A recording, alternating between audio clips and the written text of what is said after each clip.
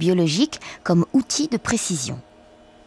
Pourquoi ne pas utiliser cet ADN comme composant électronique? Nous voilà partis une fois de plus dans le monde de l'informatique. Ici, sur cette photo, une croissance de fibres nerveuses sur une puce. L'idée fait son chemin selon laquelle on n'utiliserait plus une puce de silicium, mais une puce moléculaire, c'est-à-dire une puce recouverte de molécules, de telle manière à ce que ce ne soit plus le silicium qui transporte les électrons, mais bel et bien les molécules. On peut ainsi fabriquer des puces de plus petite taille et meilleur marché. Donc on pense à l'électronique moléculaire pour les ordinateurs. Je pense qu'avec cette miniaturisation, nous sommes en train de tenter d'imiter ce que la nature a effectué durant le processus de l'évolution. Que se passe-t-il pour la vision humaine? La lumière frappe la molécule et elle est absorbée. La molécule change alors de forme. Résultat, un signal nerveux est envoyé au cerveau. Sommairement, la vision peut se résumer à cela. Ceci se passe en 200 femtosecondes, un ordre de grandeur dont il faut tenir compte. C'est un processus très rapide. Une femtoseconde, c'est 10 puissance moins 15 secondes, ce qui est environ 1000 fois ou 100 fois plus rapide que les vibrations normales des molécules. Et cela fait que ce sont des processus très rapides et que nous pouvons les utiliser pour fabriquer des dispositifs à très grande vitesse.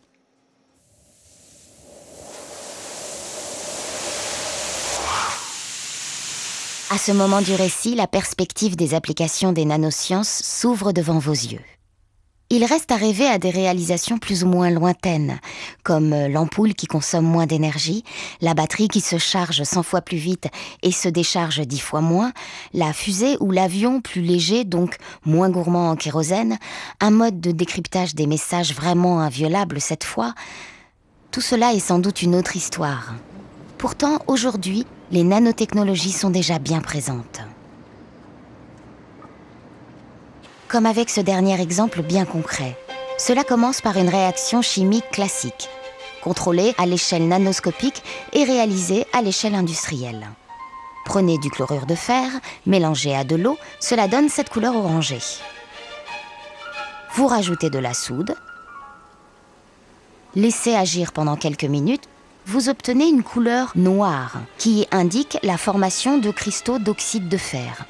Surtout, empêchez toute agrégation des éléments dont la taille dépasse les 100 nanomètres. Le secret de cette recette est évidemment gardé jalousement par l'industriel. Disons pour simplifier que chaque particule est chargée positivement pour que chacune d'entre elles se repousse. C'est sous un microscope électronique que cela peut être vérifié. Je vous ai préparé quelques exemples de clichés pour vous expliquer.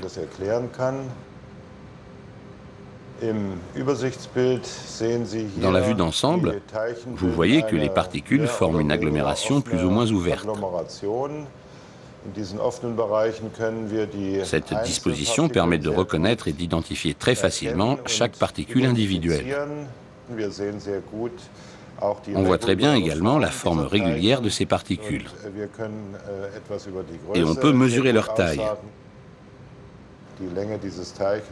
La longueur de celle-ci est de 35,12 nanomètres, comme on le voit sur ce tableau. Ces particules montrent une propriété magnétique. Lorsque le champ magnétique est éloigné, elles redeviennent non magnétiques. C'est cette propriété exacte que nous voulions obtenir. Une propriété qui existe grâce à la présence des atomes de fer qu'enferment ces nanoparticules. On aimerait utiliser ces nanoparticules pour détecter le virus du sida à la phase précoce de l'infection, quand l'organisme n'a pas encore fabriqué d'anticorps. Imaginons dans ces flacons des échantillons sanguins infectés mélangés avec des nanoparticules et sans anticorps naturels. On recouvre ces particules d'une couche qui fait que, dans un échantillon sanguin, elles sont absorbées par les cellules infectées du VIH. Voilà comment ça fonctionne. À gauche, la particule magnétisable. À droite, un anticorps synthétique du virus du sida. L'attraction entre les charges positives et les charges négatives permet de les lier. Si le virus est présent, l'anticorps le reconnaît et il s'y colle. La nanoparticule étant magnétisable, on peut l'isoler. On magnétise ensuite l'échantillon et on récupère les cellules dans lesquelles ont pénétré les particules magnétisables. On peut les séparer et les analyser.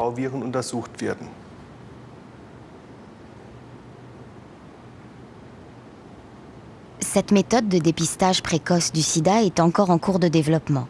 Mais elle montre à quel point les nanoparticules pourraient avoir d'autres fonctions que la simple amélioration de notre confort matériel. Ces boules sont donc vraiment partout. Il était normal donc de voir tourner autour d'elles tous ceux que l'on trouve en sciences. Chimistes, physiciens, biologistes, informaticiens donc, mais aussi financiers, industriels, et l'Union européenne qui se mobilise autour des nanotechnologies dont ils ont compris les enjeux considérables. En effet, 1,5 milliard d'euros ont été dépensés en 2001 par les gouvernements des pays industrialisés, autant par les conseils d'administration des sociétés privées. 2 milliards d'euros auront été dépensés en 2002, 3 milliards sont prévus pour 2003. L'appellation nano est devenue un terme de communication efficace et lucratif. Et l'on finit par trouver ces 4 lettres un peu partout. À mon avis, la chimie n'en est qu'à ses débuts. Nous sommes quasiment des enfants quant à nos capacités de synthèse. Et de nombreux prix Nobel ont été décernés pour de la synthèse à très petite échelle. Mais quand bien même, si nous regardons ce que les systèmes vivants ont produit, l'hémoglobine, la chlorophylle à la base de la photosynthèse ou le synthétiseur d'ATP qui est un véritable moteur électrique avec un vrai rotor, ces systèmes vivants sont capables de produire cela. À nous d'apprendre à le faire. C'est possible, et pour les jeunes chimistes, c'est un défi majeur et terriblement excitant. Si je pouvais recommencer aujourd'hui, c'est sûr que je le relèverais. Prométhée et l'arbre de la connaissance, c'est la même chose. Et c'est ça un peu, dans ces débats qu'il y a actuellement sur la science et la société, va-t-on trop loin ou pas trop loin? Je dis qu'on ne s'arrêtera pas. C'est pas possible. L'homme ne va pas s'arrêter. 2, on n'a pas le droit de s'arrêter. Si on s'arrête, on coupe la route à nos enfants. Et quand on me dit on veut conserver le monde et la Terre pour nos enfants, il ne faut pas le détruire, bien sûr, mais le monde n'a jamais conservé de lui-même. Il a toujours changé. La Terre a toujours changé. Il faut faire attention. Il ne faut pas aller trop vite, il faut faire attention. Mais nous n'avons pas le droit.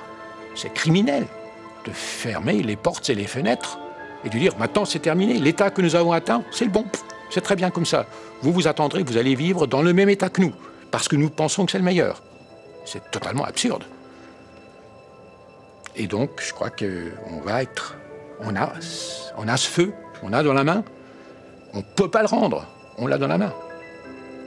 On va continuer.